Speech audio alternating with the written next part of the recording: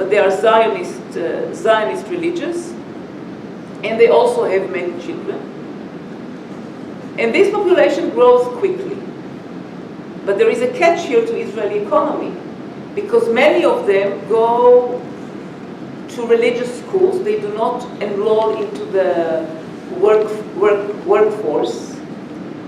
And it lowers the statistics of Israel as a developed industrial country. So it is also a source of worries to Israeli planners and Israeli politicians. So there is a catch here. And there are voices which call those Orthodox Jews to join in the workforce. And we know that once people start to earn and to have more middle-class life, they have less children. So, it is not linearistic. You see now the number of those Orthodox Jews, but they have a problem of housing. If each family has 8 children, how can they assist them to have 8 new flats? Then yes, then the pressure is to have more housing in the settlements. There are many factors are playing here, and it is a headache. To Israeli planners, it is a headache, that's for sure. It is not only a pleasure to say, we are so many, but it is also a serious headache. OECD, we are part of OECD, the developed countries, and they have a chart with all kinds of demands from a modern country. And we are always at the bottom because of these issues, because of the low participation in the labor force of both Palestinians, Israeli Palestinians, and Orthodox Jews, because of the discrimination against Palestinians, because of the low chances for work among Palestinians. So there are also headaches. There are not only victories for them. Richard? If Zionism is looked upon, one aspect of Zionism, as a movement of hope for the Jewish people, is there something similar like that for the Palestinian people?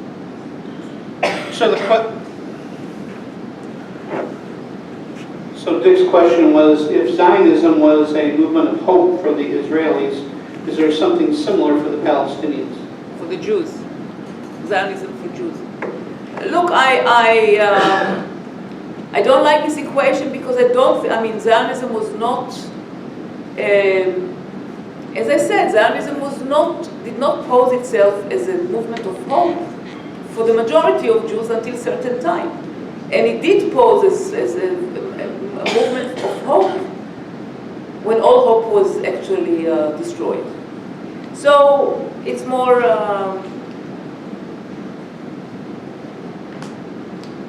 Palestinians,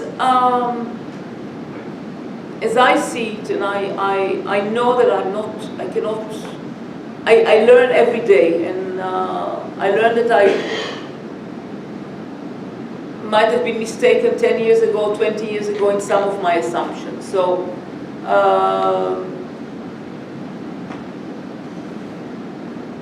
you see now that Palestinians cling to the slogan of right of return. I don't see it as a political program.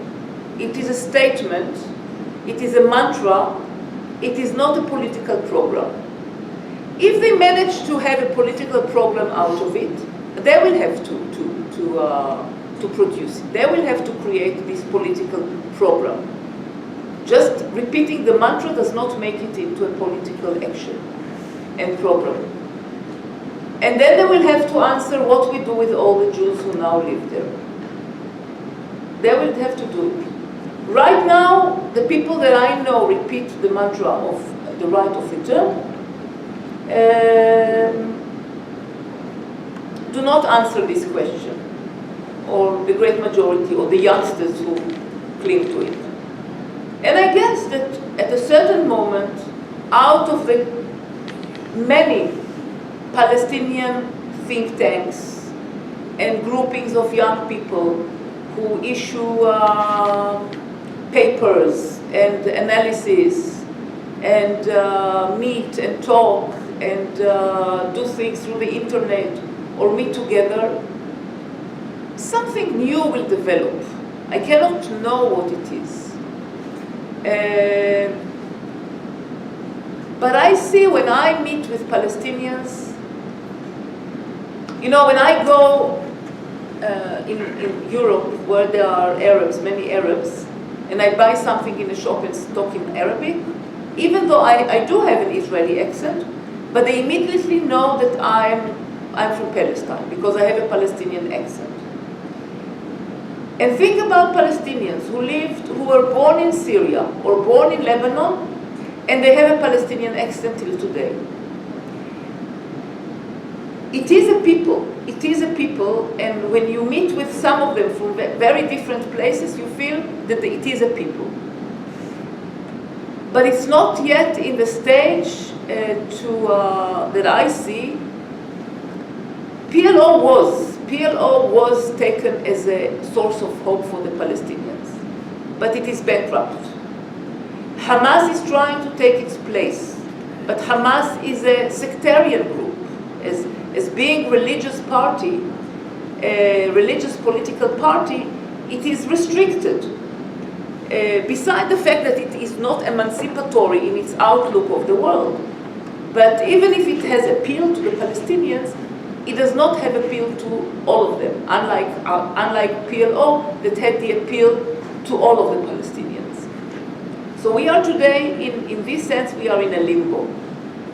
But if there was PLO created in very dire times, difficult times, when the world didn't even recognize the word Palestine or Palestinians, I'm sure that something will come out. But right now it's very individualized. Now it is scattered among many individuals, not a mass movement, and not a mass movement elected leader. Steve? I'm a retired professor, so I'm interested in student speech a lot.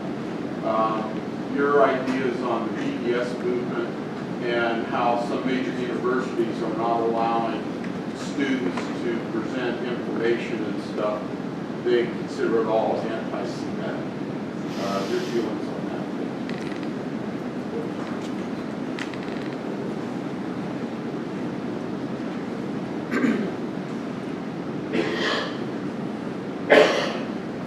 The BDS, which calls foreign society, outside societies and countries and activists to boycott Israel, divest investments, and impose sanctions, was a very sane and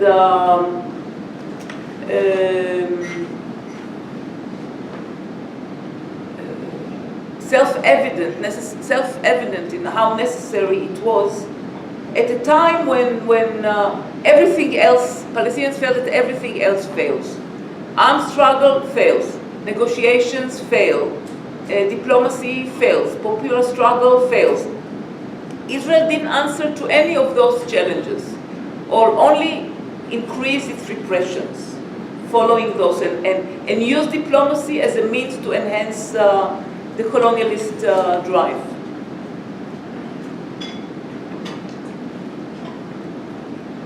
In a way, the fact that these universities feel the need to hush and to silence everybody who advocates and calls for BDS is a proof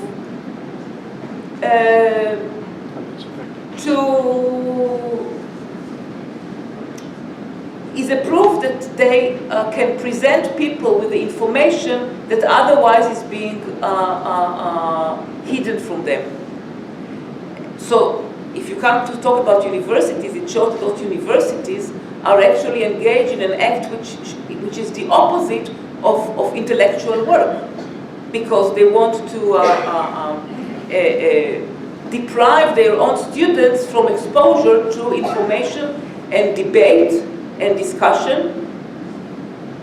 And this is shameful. This is really shameful. You're saying where they forbid it, or where they forbid it, where yeah, they where they prevent forbid it. it, yeah, where they prevent it. And students who are eager to know, and maybe sometimes I feel that they should know a bit more, are being silenced. And this is, this is, in a way, they say that it is because this is against anti-Semitism. In a way, it is using a stereotype or bringing to life an anti-Semitic stereotype that the Jews can control and influence such political life, and they intervene and have a control over directors of universities, etc. So this is really giving fuel to an anti-Semitic, one of anti-Semitic stereotypes. American legislatures are passing laws forbidding BDS in the state. Yes, I in know. this state. Yeah, in this state. In yeah. New York. Yeah. Yeah. This is for me. This can the only thing it can do it can encourage anti-Semitism, because it really fuels it really makes this stereotype or prejudice seem correct.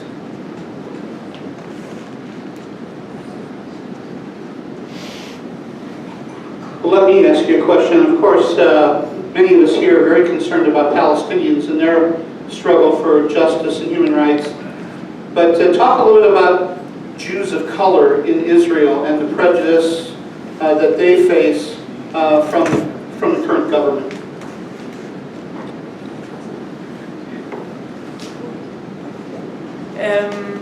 Thank you. Ethiopian, Yes, African yeah. Jews, yeah. When you look at the Israeli Jewish society, you understand that how societies, and especially societies or capitalist societies, need this stratification of populations.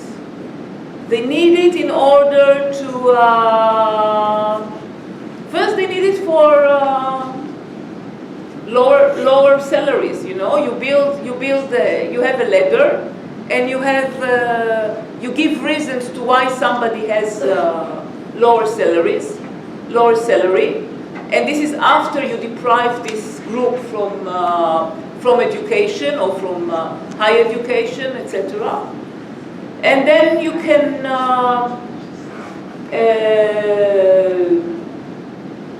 arrange for yourself a better position if your color is different. So it is an interesting experiment in the sociology of racialism in capitalist societies. I guess not only, this prejudice exists not only in capitalist societies, but that's the society in which we live. And here again, we see this contradiction of Ethiopian Jews were brought to the country. They are conflicting. Yes, they were facing problems over there, but they were also encouraged to come in order, again, for the sake of demography, Jewish demography. And then they came, and the very same mistakes that were perpetuated during the beginning of the state of Israel vis-a-vis Arab Jews, which means Jews who came from Arab states, what we call Mizrahi Jews, the very mistakes were repeated. So it shows that they are not genuine when they say that they are regret. These class societies have a tendency to camouflage the class component in color, or to use color in order to eternalize the class differences. And so it is also in Israel. At the same time, the Ethiopian Jews want to be part of the Israeli society. And it is a very sorrow thing that You know, they were in Ethiopia, they were during the kind of communist times. I mean, there was a tradition of resistance or of popular resistance in Ethiopia. And now in the country, there are groupings of Ethiopians which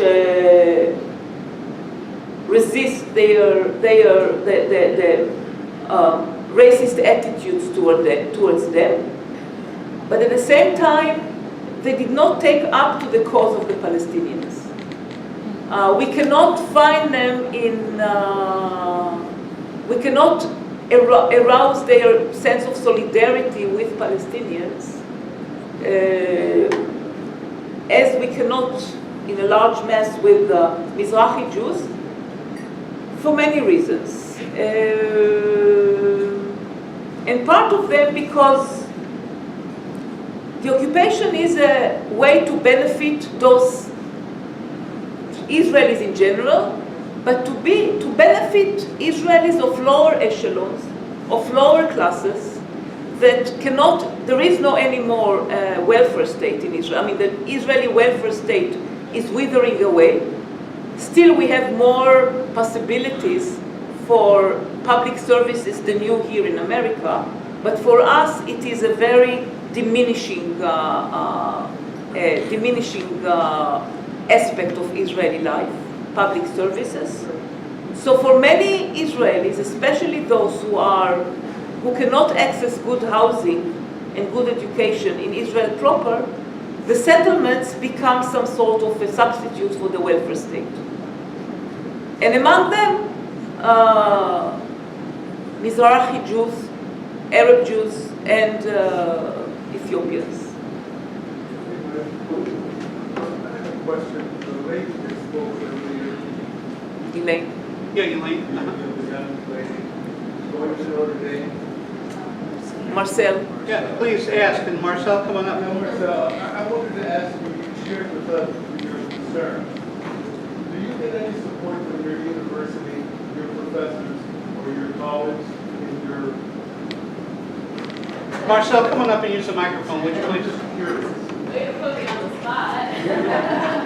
So the question is, does Marcel receive any support from the university? Yes, in her cause, in her concerns. Notre Dame, right? Well, this has been my struggle for 2 years. I have had some wonderful, wonderful professors who have supported me and been there. I go into their office hours and we've talked about how the material I'm reading can be applied or not applied to Palestine and to our struggle. There have been many other professors who negate the Palestinian voice. We've had a lot of speakers who, when they talk about Israel and Palestine, they say Israel and the West Bank. You have the Israelis and the West Bankers. And then it's as if, hey, wait, do I not matter? You can't just erase the identity. I've had a lot of classmates and peers who have been supportive, but unfortunately, the ones who have not been supportive have been those of my own religion. So at Notre Dame, I look for my Muslim friends.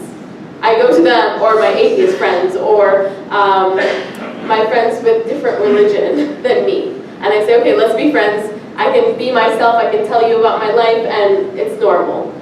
But the moment I talk to friends of similar faith as I, Christian, they are not as welcoming. So I shared what I wrote and the article, the Haaretz article with my classmates, and then one classmate said to me, oh, Marcel, but Israel is still a democracy, and you need to just get over it. And I said, wait, but I can't marry whoever I want.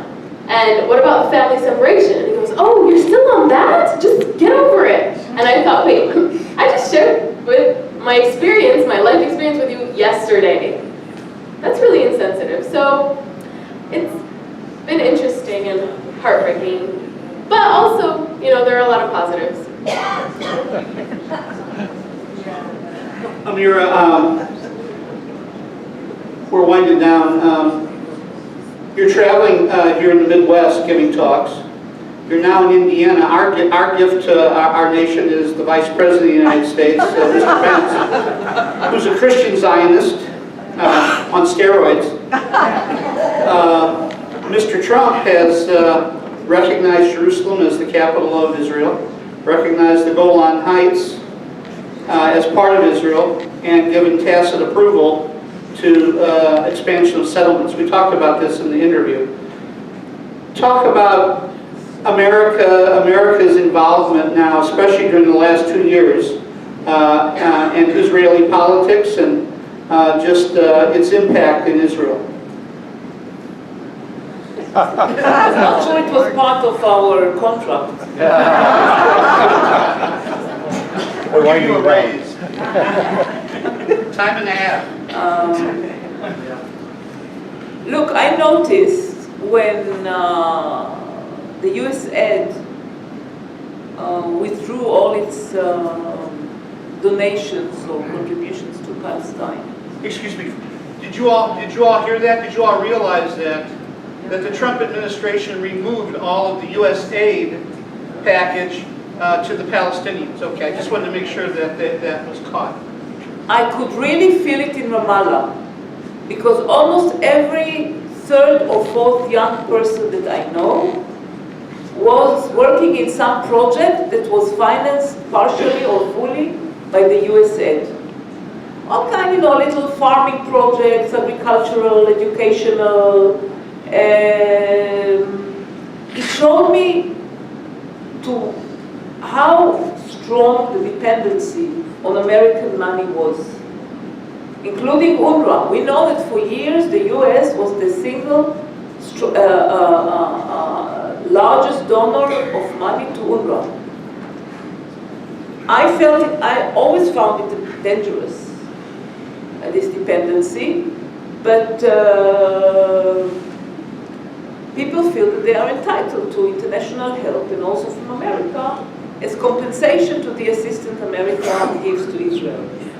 But this is exactly the difference here, that with Israel the money is not in order to get Israeli obedience.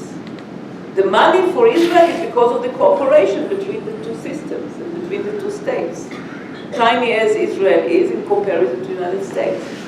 It's money for, indeed, one of Israeli best achievements, and this is military industry, security industry, intelligence industry. I know that I cannot even imagine the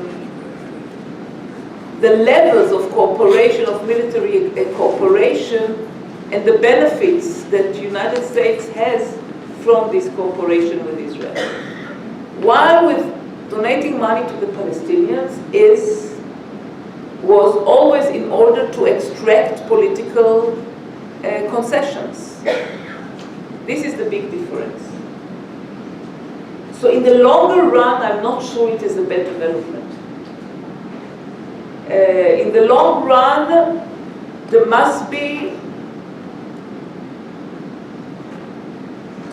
again, I find myself in this awkward situation that I give advice. I don't want to give advice to Palestinians, but I assume that there will be some development whereby Palestinians seek to finance their political actions and political life and social life away from such donors who use it as blackmail, as chantage. There are very affluent and rich Palestinians in the world. They can donate more to the project, I don't know. There are things that one can live without. If you're on a struggle, there are things that you can live without them. But again, it needs some kind of a special interplay or dialogue or tango between a people and a trusted leadership. And this is one of the problems, that the leadership has grown accustomed to the benefits that came from donor money. and from the good relations with Israel, or with certain Israelis. It is a problem. It'll have to change, I have no doubt, but how, I cannot tell. Let's say thank you to Amira.